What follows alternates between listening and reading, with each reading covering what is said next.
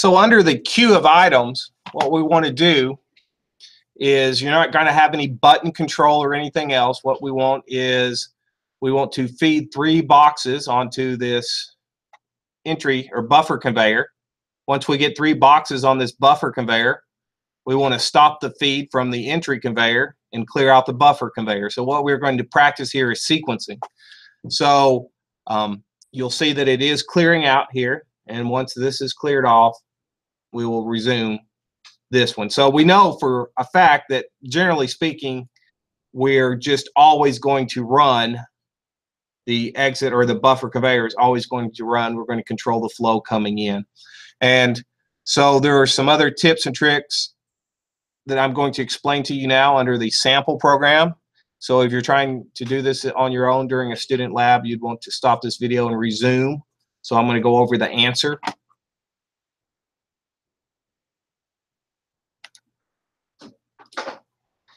So going over the answer, let me pull this up so we can actually see both applications at the same time. Pull this down here. Get a nice zoomed in view here so we can see both applications. Pull this over here, and we'll start over here. So first thing I like to do on one of these applications is to account for switch bounce. And switch bounce is the fact that if we had a limit switch, and it's bouncing around, it's going to double count. Here we're using a photo eye, so if there was any flicker in the photo eye, we would double count. And the easiest way to do that is to install a set of time off, time on counters. Later on, we will add this, if you look in your instruction manual, how to do an add-on instruction.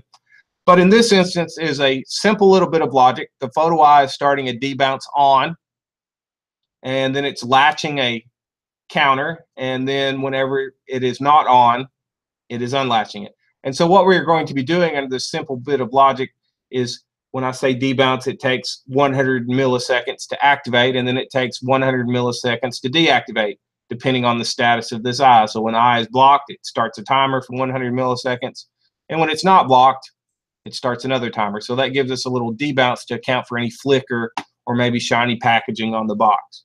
And so in my program, I will use the done bit off these timers. And so in your program, you should have already had those. And now we're going to get to the logic. So first part of the logic, we don't pay attention to this. This is done for us. We don't mess with it. We're going to run the box all the time, or the conveyor. So we start up the conveyor, do the conveyor across the line, and run the buffer conveyor. So at the entry photo eye, we begin counting, okay? And we're doing sequential logic here. So first thing I want to do, regardless, is the easiest thing to do is just turn the conveyors on, let them run. You can do that by simply putting a bit in the data table, or just putting the OTE instruction across the line with nothing to the left of it.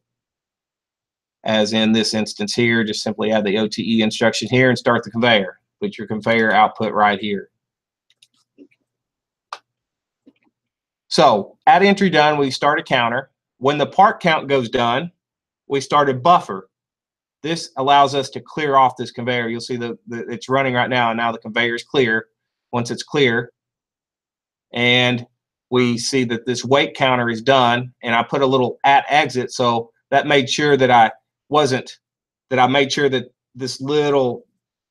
I wasn't hanging on the edge. I made sure this photo eye was clear before I reset it, and then the whole sequence starts again. So even if the timer's done and something hangs on there and I don't actually catch it, I want to make sure that the box is not hanging on the edge of this photo eye before I reset the sequence. So then we have our entry conveyor, which our entry conveyor says run all the time until the part count is done. When the part count is done, we start the entry conveyor. Well, I also wanted to get this out of the emitter a little bit. And so what I said here was a secondary condition of a bypass that said this photo eye right here, if this photo eye is blocked, just run the box up past the photo eye and stop, regardless of the position of the part counter. So that's simply keeping this little section here clear. So whenever you add a parallel branch, you're just adding another condition. So condition 1, the part counter done bit shuts off the conveyor. Condition 2, the item ready moves the box off the sensor from the emitter. Next, we have 2 conditions for our conveyor to run the first condition is the add exit runs a box to the end of the buffer and stops. So this makes sure that I'm always running up to the end of the photo eye. So regardless of whatever it is, I want to make sure that I have a box setting on the end of the photo eye. In this instance, it's never really doing anything, but if the conveyor was a little faster, it probably would. But what that means is I want to run up here and stop. And so that is the condition 1, but I have to have a bypass. Otherwise, if it's here, it'll never get off the conveyor, right? And the bypass is my wait timer, this little timer that I added during the sequence to clear it off. And so I use the timing command from here, which is 10 seconds.